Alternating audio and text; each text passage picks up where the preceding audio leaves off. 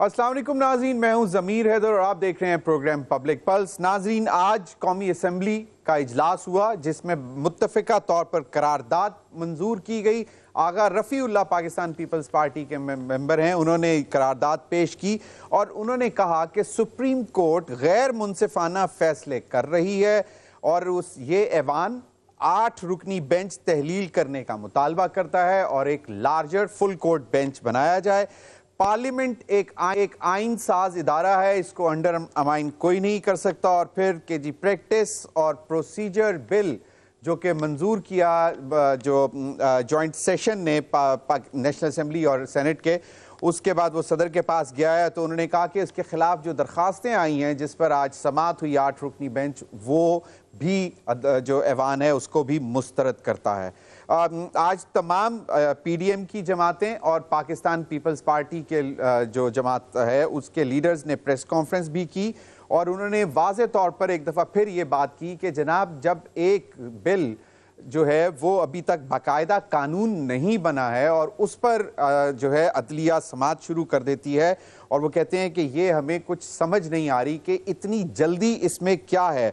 अभी तो सदर ने भी पास नहीं किया और अगर हो जाता है तो 20 या 21, 19 या 20 तारीख को जो है ये मामलात टेकअप किए जा सकते थे उसके बाद।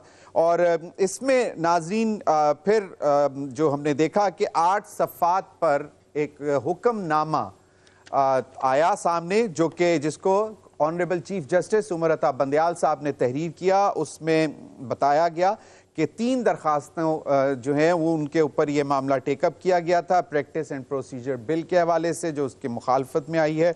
और उन्होंने हुक्मनामे में ये कहा कि एक्ट जो है ये एक्ट बादुल नज़र में सुप्रीम कोर्ट और जो अदलिया है इसकी आज़ादी और अंदरूनी मामलात में मुदाखलत है। और उन्होंने कहा कि इस एक्ट पर ताहुक्म सानी अमल दरामद नहीं होगा। नाज़रीन, अब ये एक बड़ी दिलचस्प सूरत हाल है इस पर कि समाअत जो है ऑनरेबल चीफ जस्टिस ने इस जो 8 रुकनी बेंच की जो आज हुई थी अब वो 2 मई को होगी, लेकिन उन्होंने कहा कि हुक्म जो देना जो है वो इसलिए ज़रूरी था कि ताकि कोई नाकाबिल तलाफ़ी नुकसान से बचा जा सके। अब ये भी समझने की बात है कि नाकाबिल तलाफ़ी नुकसान क्या हो सकता था अगर ये हुक्मनामा ना आता और उसको के ताहुक्म सानी मतलब उस पर उस एक्ट पर अमल दरामद नहीं होगा। अगर सदर साइन कर भी दें या नहीं करते तो उसके बाद जो ऑटोमेटिकली 10 दिनों के बाद ये कानून जो ये पास हो जाएगा, एक्ट बन जाएगा। तो उस पर उन्होंने कहा कि जी ये इस पर कतई तौर पर अमल दरामद नहीं होगा। और फिर उन्होंने कहा कि ये सियासी जमातें जो हैं वो भी अगर चाहें तो अपने फरीक जो है भेज सकती हैं, यानी कि फरीक बन सकती हैं इस समाअत में अपने नॉमिनेटेड लोगों के साथ। नाज़रीन, दूसरी जानिब आज कायमा कमेटी सेनेट और कायमा कमेटी नेशनल असेंबली ने खजाना बराए खजाना कायमा कमेटी बराए खजाना ने बाकायदा तौर पर मुस्तरद कर दिया है जो बिल उनको जो भेजा गया था, ख़ास तौर पर 21 अरब रुपए जो मांगे गए थे। वो जो आपको याद होगा इसाक डार साहब ने on the floor of the house इस पर बात की थी और उसके बाद ये बिल जो है कायमा कमेटी को भिजवा दिया था, जिस पर आज कैसर अहमद शेख साहब ने जो नेशनल असेंबली की स्टैंडिंग कमेटी ऑन फाइनेंस है उसकी सदारत की और उन्होंने कहा कि मुल्क के जो माशी हालात हैं वो इस चीज़ की इजाज़त हमें नहीं देते। और वज़ीर मुमलिकत जो बराए ख़जाना आयशा गौस पाशा साहब ने कहा कि पाकिस्तान के IMF के सख्त प्रोग्राम में है, हमें फ़ंड की किल्लत और भारी खसारे का सामना है, हमारे पास मुख्तस बजट के अलावा इजाफी फ़ंड दस्तयाब नहीं है। यानी कि जो आर्टिकल 220 है कॉन्स्टिट्यूशन का उसकी जो है वाज़े तौर पर खिलाफ वर्जी हो रही है। इन्हीं तमाम मामलात पर बात करने के लिए मेरे साथ मौजूद हैं अंदलीब अब्बास साहिबा, सीनियर पाकिस्तान तहरीक इंसाफ। बहुत बहुत शुक्रिया अंदलीब अब्बास साहिबा आपके वक्त का। अखुनज़ादा चिटान, सीनियर रहनुमा पाकिस्तान पीपल्स पार्टी मेरे साथ मौजूद हैं। बहुत बहुत शुक्रिया अखुनज़ादा चिटान साहब आपके वक्त का भी। अज़हर सिद्दीक साहब सीनियर लॉयर हैं और इन चीज़ों को बड़े गौर से लेकर देख भी रहे हैं और कुछ क्लैरिफिकेशन भी हम इनसे लेंगे। बहुत बहुत शुक्रिया अज़हर सिद्दीक साहब। अज़हर सिद्दीक साहब, ये जो 2 मई को इस पर अब समाअत होगी, जो आज 8 रुकनी बेंच ने ये मामला टेकअप किया था, प्रैक्टिस एंड प्रोसीजर जो बिल है उसके खिलाफ जो दरखास्तें आई थी और उस पर उन्होंने कहा है कि ता हुक्म सानी इस पर अमल दरामद नहीं होगा। 2 मई लेकिन 10 दिन की जो तारीख है, जो कि सदर अगर उस पर साइन नहीं करते तो ऑटोमेटिकली ये बन जाता है, तो इस हुक्म को हुकूमत मानने को तैयार होगी? अजहर सदीक साहब नहीं है, चलें मैं अंदलीब अब्बास साहिबा, आपको आवाज आ रही मेरी? जी आ रही जी। अंदलीब अब्बास साहिबा, वाज़े तौर पर हुक्मनामा जो आया है, ऑनरेबल चीफ जस्टिस साहब ने खुद तहरीर किया है ये हुक्मनामा, और उन्होंने कहा है कि अगर ये हुक्म जो है ना दें तो नाकाबिले तलाफी नुकसान हो सकता है। उससे बचने के लिए हम हुक्म दे रहे हैं कि ताहुक्मसानी इस एक्ट पर अमल दरामद नहीं होगा, रिगार्डलेस के 19 या 20 तारीख जो बनती है, जिसके बाद ये ऑटोमेटिकली एक्ट जो है वो बन जाता है, ये एक्ट बन जाता है बिल के बाद। तो आपको क्या लगता है कि ये जिस तरह की करारदादें आज मंजूर की गई हैं पार्लियामेंट से, और जो आवाज़ें हम सुन रहे हैं, बाकायदा तौर पर कह दिया कि 21 अरब रुपए नहीं देंगे, इन तमाम चीज़ों को सामने रखते हुए आपको क्या लगता है कि कोई अमल दरामद होगा या हुकूमत जो है वो अपनी मनमानी करेगी, अपनी मर्जी करेगी? शुक्रिया समीर साहब। बात यह है कि ये तो अब पूरे साल में आपको यहाँ हो गई है ना कि इनका ये क्यों आई थी हुकूमत। 60% कैबिनेट जो थी वो मुल्जिम थी, कुछ मुजरिम थे, और उसके बाद आते ही इन्होंने जो बिल पास किए वो क्या थे, वो अपने सारे जिसको कहते हैं ना केसेस को बंद करने के लिए नैब को बिल्कुल इन्होंने टूथलेस कर दिया। उसके बाद इन्होंने ओवरसीज पाकिस्तानियों का वोट बंद कर दिया। अब आप देखें कि ये सुप्रीम कोर्ट पे भी हमला कर रहे हैं। इनकी हिस्ट्री है पीएमएलएन की, आपको याद होगा कि जब पहले भी ये केस इसी तरह का हुआ था कि नवाज शरीफ साहब को तौहीन अदालत लग रही थी, तो उन्होंने पहले तो इसी तरह पार्लियामेंट से बिल पास करवाए ताकि सुप्रीम कोर्ट बिल्कुल टूथलेस हो जाए। उसके बाद बाकायदा फिजिकल हमला करवाया, जहां सारे लोग गए और तोड़े, उन्होंने शीशे तोड़े, वो अंदर घुस गए, जजेस जो थे वो अपनी जान बचा के भागे, और फिर रफीक तारड़ साहब को भेजा उन्होंने बोरियां लेके नोटों की बलूचिस्तान बेंच तोड़ने। तो ये इनकी हिस्ट्री है। अब इनको दोबारा वही रिपीट हो रही है जब इनको लग रहा है कि इन्होंने ओपनली, इसमें तो कोई डाउट नहीं है ना, चाहे 15 जजेस हो, चाहे 20 हो, चाहे 9 जजेस हो, जजेस को अगर इख्तलाफ है तो वो किसी टेक्निकल बुनियाद पे, आइन पे सब कहते हैं कि हाँ जी 90 दिन में होने चाहिए, और ये खुल्लम खुल्ला उसकी आइन शिकनी कर रहे हैं, आइन को तोड़ रहे हैं, आइन की धज्जियां उड़ा रहे हैं, और पार्लियामेंट में बैठ के कर रहे हैं। गोल्डन जुबली मना रहे हैं आइन की, और आइन की धज्जियां उड़ा रहे हैं। तो प्रॉब्लम इज ओनली वन। ये जब पहले करते थे 90s में, तो ये आ जाते थे, अभी भी आएंगे, आप देखना पूरा प्रोग्राम ये आके आपको स्टोरियां सुनाएंगे, और ये अपना इन्होंने पीटीवी का और बाकी सारे चैनल्स को भी पीटीवी बनाया हुआ था, अभी भी पीटीवी बनाया हुआ है। सारे चैनल्स पे किसी को बंद कर रहे हैं, किसी का लाइसेंस बंद कर रहे हैं, कैमरा को कह रहे हैं ये ना दिखा, लाइव ना दिखा, बिल्कुल वो बीटीवी बना के जिसको कहते हैं मीडिया इंडस्ट्री का बेड़ा गर्क कर रहे हैं। व्यूअरशिप इतनी कम हो गई है, सारे लोग यूट्यूब पे शिफ्ट हो गए, बेड़ा गर्क कर रहे हैं, और ये समझते हैं कि लोगों को पता ही नहीं चलेगा। अब मसला पता क्या है, उस जमाने में सोशल मीडिया हैं, लेकिन अब देखें मामला जो है, हमारी अवाम भी जो है वो अल्टीमेटली अदालत की तरफ देखती है, अल्लाह के बाद अदालत की तरफ देखती है कि इतने संगीन सूरत हाल है मुल्क में, और अब अगर ये मामला अदालत में चले गए हैं, एक अदालत से फैसला भी आ गया, आइन के मुताबिक आया कि आइन कहता है कि 90 रोज़ में के अंदर इंतखाबात होने चाहिए। चलें 14 दिन की डिले इसलिए हुई क्योंकि मामला कोर्ट में आ गए थे तो उसको उन्होंने दे दिया, लेकिन उन्होंने पहले भी जो ऑर्डर में कहा था कि थोड़ा सा आगे आप कर सकते हैं, लेकिन इतना नहीं कि बहुत ही दूर हो जाए 90 दिन से।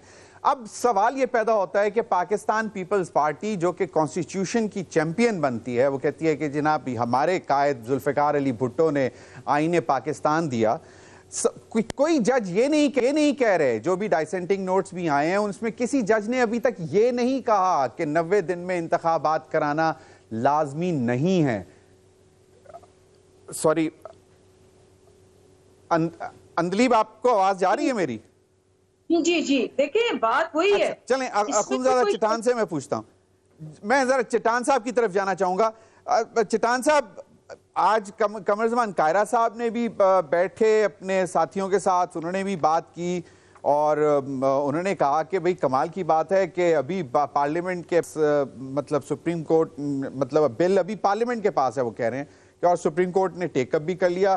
तो वो उनका ये ख्याल है कि अदलिया जो है वो पार्लियामेंट को अपने काम से रोक रही है।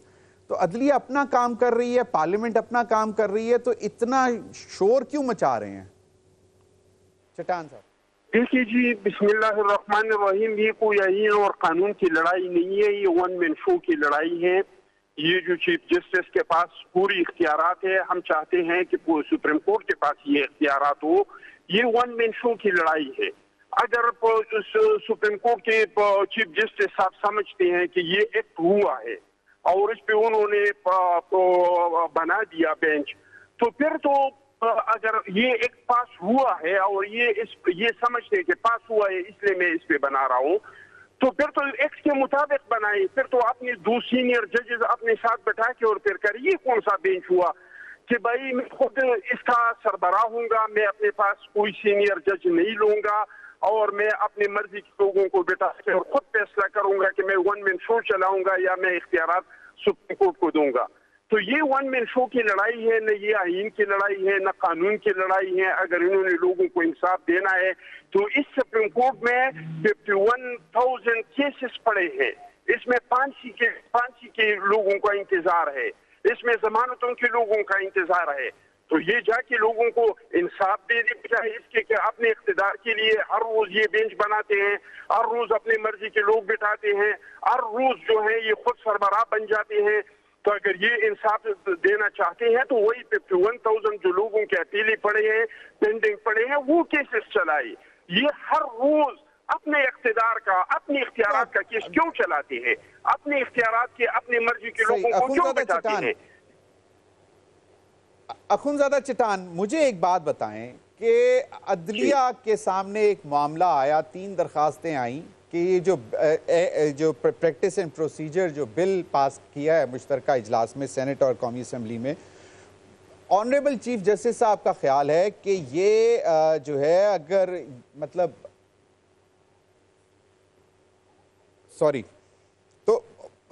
उनका ये ख्याल है कि अगर ये वो जो आज उन्होंने हुक्मनामा जारी किया है वो अगर ना करते तो कोई नाकाबिले तलाफी नुकसान हो सकता है। आपको क्या लगता है, क्या नुकसान हो सकता है? इनके इख्तियारात को नुकसान है।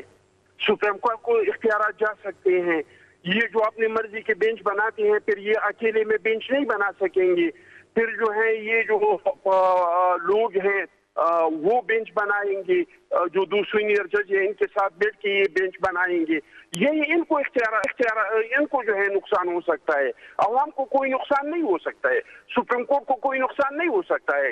अगर कोई नुकसान हो सकता है तो चीफ जस्टिस के इख्तियारात को जो वन मैन शो इन्होंने बनाया है उनको हो सकता है। इसके अलावा तो और वही जो एजेंडा है जो उसको नुकसान हो सकता है, जो डायरेक्टरेट है बाजवा की उनको नुकसान हो सकता है। अवाम को कोई नुकसान नहीं हो सकता है, सुप्रीम कोर्ट को कोई नुकसान नहीं हो सकता है। Honourable chief justice Akhunzada honourable chief justice ने जो आज हुक्मनामा जारी किया है उसमें ये कहा है कि ताहुक्म सानी इस पर अमल दरामद नहीं होगा, रिगार्डलेस प्रेसिडेंट साइन कर दें नहीं करते ये बिल जो है ये एक्ट नहीं बनेगा।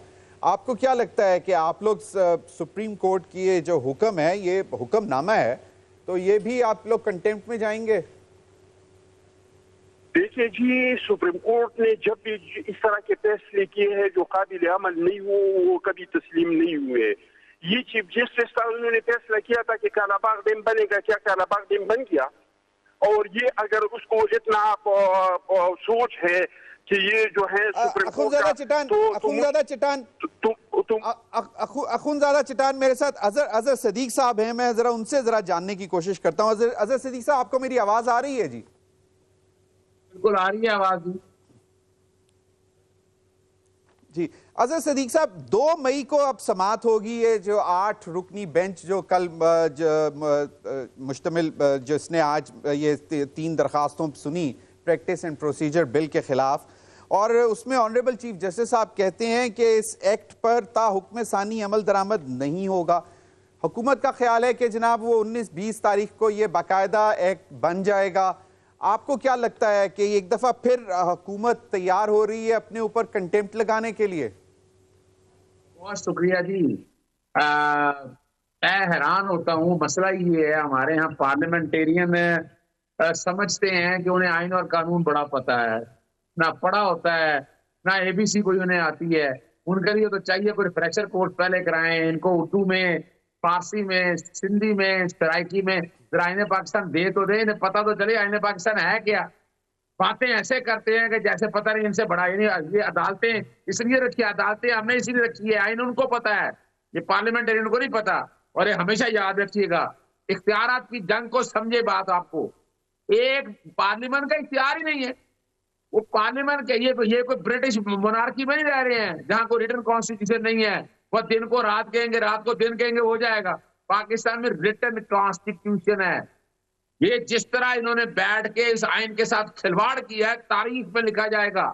और जिस तरह इन्होंने जनरल परवेज मुशर्रफ का एक ऑर्डर पास करके कहा था कि उसकी लाश को लटकाया जाए, इन लोगों को लटकाया जाए। इन्होंने इस आइन के साथ खिलवाड़ किया है। क्या खिलवाड़ किया जरा समझिएगा। ये कौन लोग होते हैं? ये लोग कौन होते हैं कि सुप्रीम कोर्ट की प्रोसीडिंग को रेगुलेट करने वाले? सुप्रीम कोर्ट एक आइन, ट्राइकॉटमी ऑफ पावर का प्रिंसिपल ध्यान में रखिएगा और समझिएगा बात को। जमीन साहब, आप जो कि लर्नड आदमी है और आप बड़ी आसानी से चीजों को समझ सकते हैं। आइन में लिखा हुआ है, यानी मिसाल के तौर पर रूल्स ऑफ प्रोसीजर है नेशनल असेंबली के, जो उसके मुताबिक इजलास होता है, जो फैसले करते हैं। Punjab assembly, senate, rules of business है वफाकी हुकूमत चलाने के लिए, रूल्स ऑफ बिजनेस है सूबाई हुकूमत चलाने के लिए। अच्छा, उसके मुताबिक करते हैं सारे काम। बता दें तो उससे हटके काम होता है, या तो बता दें ऐसा हो। अब जब आप समझाता हूँ, रूल 191 क्या है, ये रूल्स ऑफ प्रोसीजर बात करता है सुप्रीम कोर्ट की, कैसे चलना है, बेंच कैसे बनना है। यानी मैं आज कह दूं कि आइंदा से इस मुल्क का निजाम जो है वो वजीर आजम और 3 सीनियर मिनिस्टर चलाएंगे। आप बता दें, चला सकते हैं? आइन में लिखा हुआ है, आइन में लिखा हुआ है कि पूरा निजाम बैठ के ये आप कर सकते। ये नहीं हो सकता। बजाय कि हेडमास्टर एक होता है, सिपा सलार एक होता है।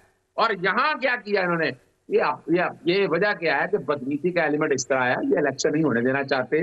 मेरे घर के ऊपर आज जो हमला हुआ वो बाद में बताऊंगा मकसद क्या था। और हम ये ऐसे नहीं आए, हमने बकायदा सदर को, वज़ीर आज़म। सही। अजहर सिद्दीक साहब, मामला अदालत में चल रहे हैं और हौसला नहीं दिखा रही पीडीएम और पाकिस्तान पीपल्स पार्टी के। चलें, सुने उनको इंतजार करें कि क्या आता है।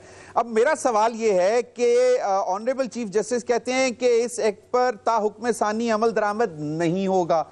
अब सवाल ये पैदा होता है कि ऑटोमेटिकली ये क्या नाफिज हो जाएगा 19 या 20 तारीख को, प्रोबेबली 10 दिन जब लिमिट पूरी होगी? ये आज जो बहस की, हमारा आर्गुमेंट समझ रहे हैं, शायद जो पार्लियामेंट में समझ को समझ आ जाएगी क्या। क्वेश्चन ये है, ये जो बिल है इन्होंने पहले नेशनल असेंबली से पास हुआ, सेनेट से हुआ, सदर के पास गया। सदर ने बड़ी वाइस एडवाइस दी कि ये आप बना नहीं सकते, आपका इख्तियार नहीं है। बड़ा वैलिड कॉस्टली ऑफिस ने। पार्लियामेंट फिर इकट्ठी बैठी, जिद में आके इन्होंने पास कर दिया। अब सदर के पास तो एक पोस्ट ऑफिस की तरह पड़ा हुआ है। सदर कुछ नहीं कर सकते इसमें। ये 10 दिन वहां अलमारी में पड़ा हुआ है। 11वें दिन ये ना, यानी बेसिकली तो ये नाफज हो गया है, लेकिन ये अलमारी में पड़ा हुआ है। यही हमने सुप्रीम कोर्ट को आज बताया कि ये आइन ये बन चुका है बाकायदा कानून, ये पर ये नाफज नहीं हो सकता। क्यों नाफज नहीं होता? इख्तियार नहीं है। सुप्रीम कोर्ट ने जुरिसडिक्शन तय कर रही है। अदलिया की आजादी में मुदाखलत है, ये आप देख लें, आप बताएं कि मुदाखलत नहीं है। बड़ी वजाहत के साथ वाज़ेह तौर पर ये अदलिया के इख्तियारात में मुदाखलत है। और क्या हम अदलिया की आजादी कॉम्प्रोमाइज कर दें? यानी इनका है क्या, ये क्या चाह रहे हैं? मिसाल के तौर पर ये एक अपील लेना चाह रहे हैं। अपील क्या सुप्रीम कोर्ट के फैसलों के बाद अपील होती है कोई? वहां नजरसानी दी हुई आर्टिकल 188 के तहत सुप्रीम कोर्ट का फैसला फाइनल होता है। अब 8 जजेस बैठे हैं, ये कहते हैं अपील सुनेगा इससे बड़ा बेंच। अच्छा, इससे बड़ा बेंच तो जजेस ही 7 बेंच पीछे रह जाते हैं, वो कैसे सुन सकेगा? अब सोचिएगा बात को। यानी ये परफंक्टरी, यानी जा क्या रहे हैं, ये डर क्यों रहे हैं? 88 ये जो 88 केसेस लिए फिर रहे हैं, वो भाई पूरे पाकिस्तान में बताएं कितने लोग अवाम निकले हैं कि उनके साथ जुल्म हुआ है, आर्टिकल 184 ने किया है। कोई नहीं आपको नजर आएगा। ये सिर्फ वजह ये है कि इनकी ये काबू आ गए हुए, ये फंस गए, इनको पूछता कोई नहीं था। आज बैठकर ये समझिए कुछ अजहर सिद्दीक साहब, थोड़ी सी हिस्ट्री में अगर जाते हैं तो ऑनरेबल उस वक्त के चीफ जस्टिस इफ्तिखार अहमद चौधरी साहब के हवाले से बहुत से सवालात उठे कि जी गैर ज़रूरी 184 जो है वो इस्तेमाल होती रही और नुकसान भी हुए। अभी आपका आर्गुमेंट है, बिल्कुल सही है कि ये पब्लिक इंटरेस्ट में अगर कोई चीज़ है तो उस पर यकीनन ऑनरेबल चीफ जस्टिस जो है उसको ले सकते हैं। इस पर भी बात करेंगे मज़ीद। क्या इसमें ज़रा अगर आइन ये जो एक्ट बन रहा है इसमें अगर हुकूमत तरमीम कर दे कि जनाब चलें प्रेरोगेटिव चीफ जस्टिस का है लेकिन 2 मशावरत के लिए 2 सीनियर मोस्ट जजेस को रख लें और उनसे मशावरत तो कर ली जाए, तो क्या उस पर मान जाएगी अदलिया? इस पर भी बात करेंगे ब्रेक के बाद। नाज़रीन,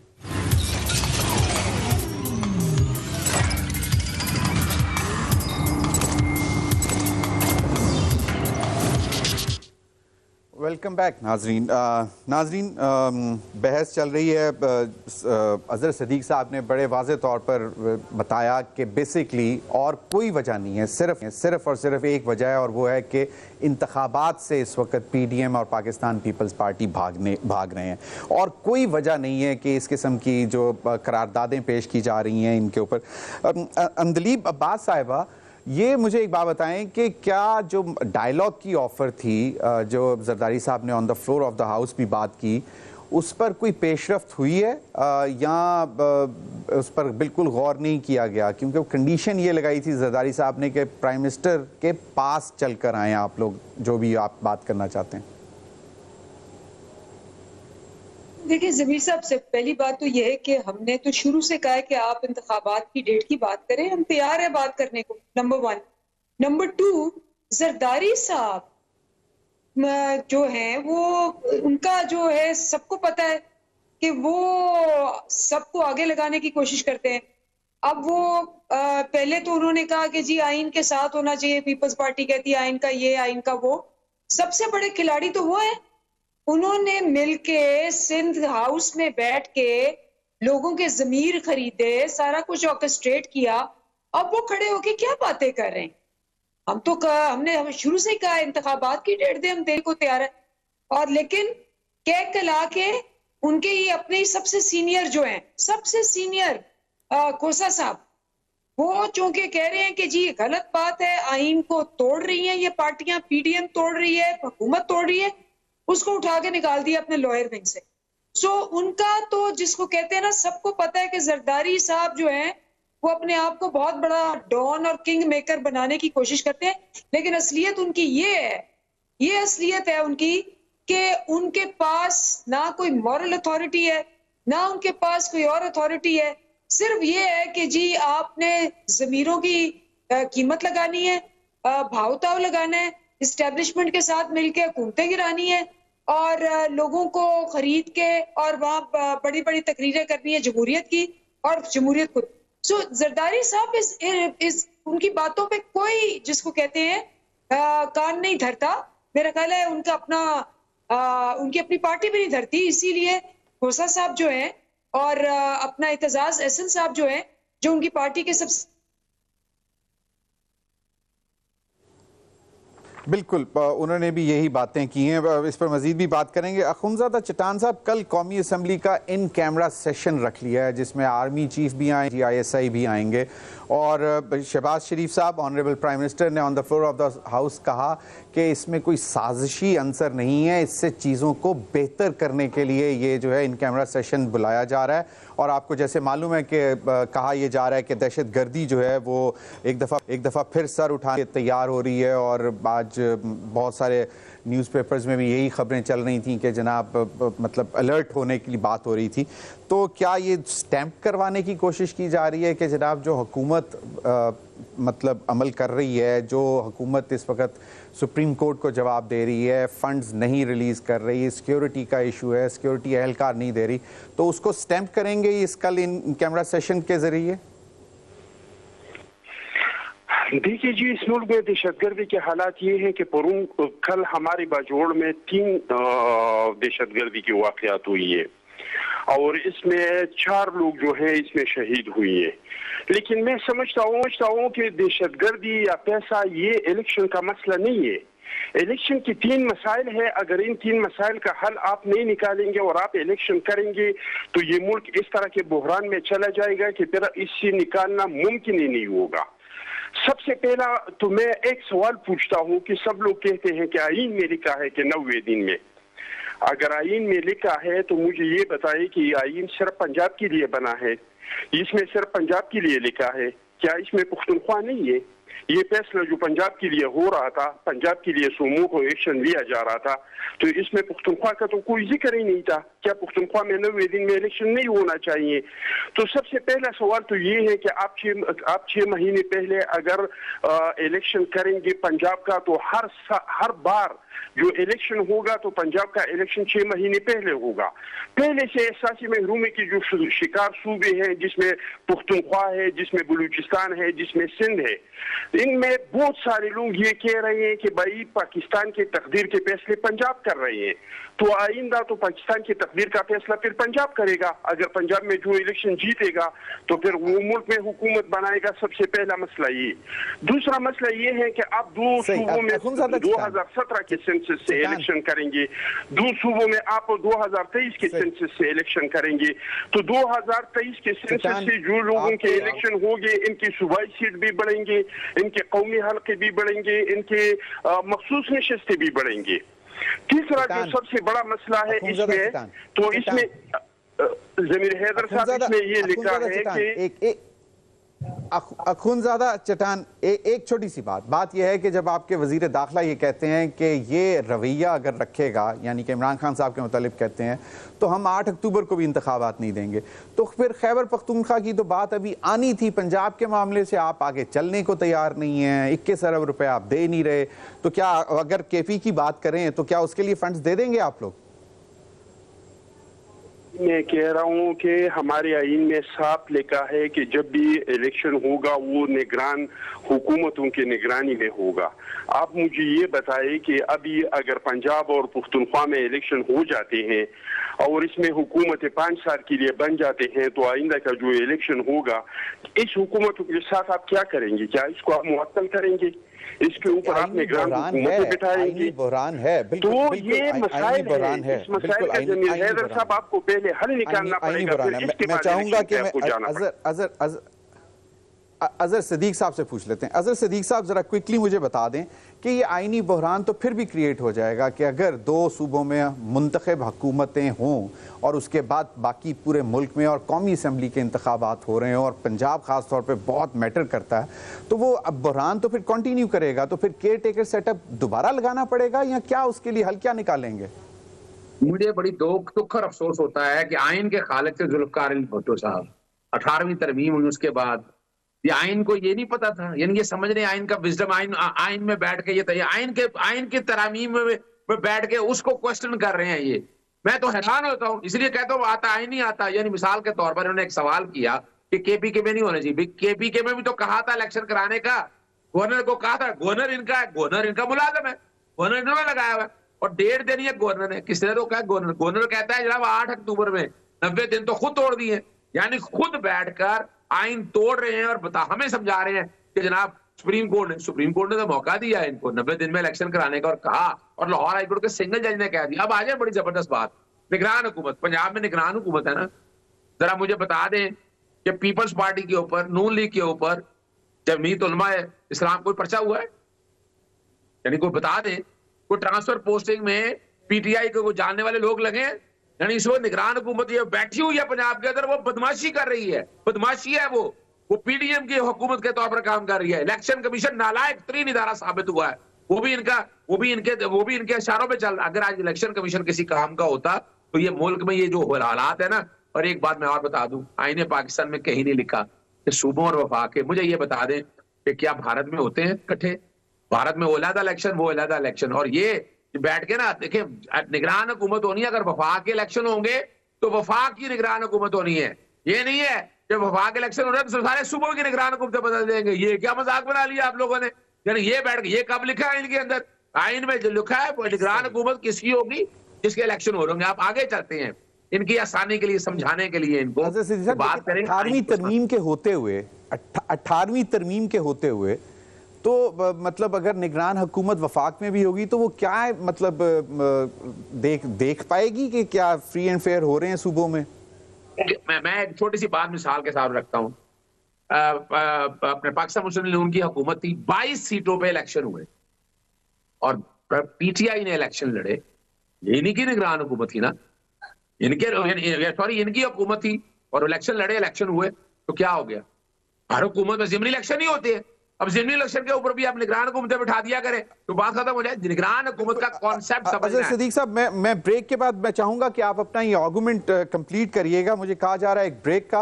नाज़रीन, क्विक तरफ जाते हैं और उसके बाद फिर रज़ा सिद्दीक साहब से इस आर्गुमेंट पे भी कंप्लीट आंसर लेंगे कि यकीनन अगर दो सूबों में मुंतखब हुकूमतें हों तो वफाक में केयर टेकर सेटअप होगा, जो वफाक की, क्योंकि वो उस वक्त तहलील हो जाएगा तो वफाक के इंतखाबात के लिए। लेकिन सवाल ये पैदा होता है कि मुंतखब हुकूमतें अपना असर यकीनन दिखा सकती हैं, तो उस पर फिर क्वेश्चन आता है कि क्या ये फ्री एंड फेयर हैं। इस पर भी मैं चाहूँगा अज़र सिद्दीक साहब कमेंट कर दें। जिस तरह उन्होंने मिसाल तो दी, लेकिन लार्जर कॉन्टेक्स्ट जो है वो ज़रा मुश्किल हो जाता है ये डाइजेस्ट करना कि एक हुकूमत हो और वहाँ पे इलेक्शंस हो रहे हों और वो केयर टेकर सेटअप भी ना हो और वो अपना असर ना दिखाए। ब्रेक के बाद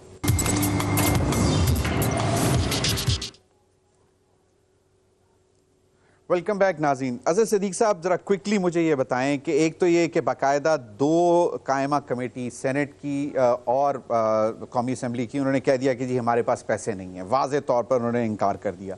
दूसरा, सिक्योरिटी की सूरत हाल भी हमारे सामने और कल इन कैमरा सेशन भी बुला लिया है। ये क्या स्टैम्प करने की कोशिश करेंगे कि जनाब सूरत हाल इतनी गंभीर है, ख़राब है? आज बाकायदा बस हेडलाइंस लगी हुई हैं कि IMF के साथ मामला जो हैं बेहतरी की तरफ जा रहे हैं। बोर्ड जो है फौरी बोर्ड से मंजूरी के बाद जो है जल्द स्टाफ लेवल जो मुआहदा है वो हो जाएगा। आपको क्या लगता है कि कोई सुप्रीम कोर्ट की बात ना मानना, ये जानबूझकर चाहते हैं कोई सियासी शहीद बनने के लिए कि चलें हालात ऐसे बन जाएं कि मतलब सबके हाथ से गेम निकल जाए? देखिए ज़मीर, ऐसा बात तो यही है, इलेक्शन डिले कर रहे हैं। इलेक्शन डिले करने का ये तरीका, ये बहाना है और ये it is well written on wall.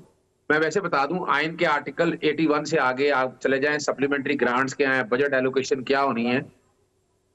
जो इलेक्शन का फंड है ना, इलेक्शन के जो पैसे हैं, ये फेडरल कंसोलिडेटेड फंड से आ रहे हैं। इस पर वफाकी हुकूमत का कोई कंसर्न नहीं है। जजेस की तनख्वाहें, इलेक्शन कमीशन के, ये सारे पैसे वहां से आने हैं। ये उनका हक है, ये चार्ज अकाउंट है, यानी ये आप इसको प्रेफरेंस देनी है आपने। और ये पार्लियामेंट कौन होती है इस मामले में मुदाखलत करने वाली? ये उनका काम ही नहीं है। पार्लियामेंट का काम है कानून बनाए और जो कानून बनाए उसके मुताबिक अमल दरामद करे। ये नहीं है कि अपनी मर्जी से जो मर्जी करते फिरे। और दो चीजें और इसमें याद रख लीजिएगा, सेक्रेटरी फाइनेंस को कहा गया था, पैसे उसने अरेंज करे, और एग्जेक्टिव हेड, एग्जेक्टिव वही है। स्टेट बैंक को क्यों बुलाया गया है?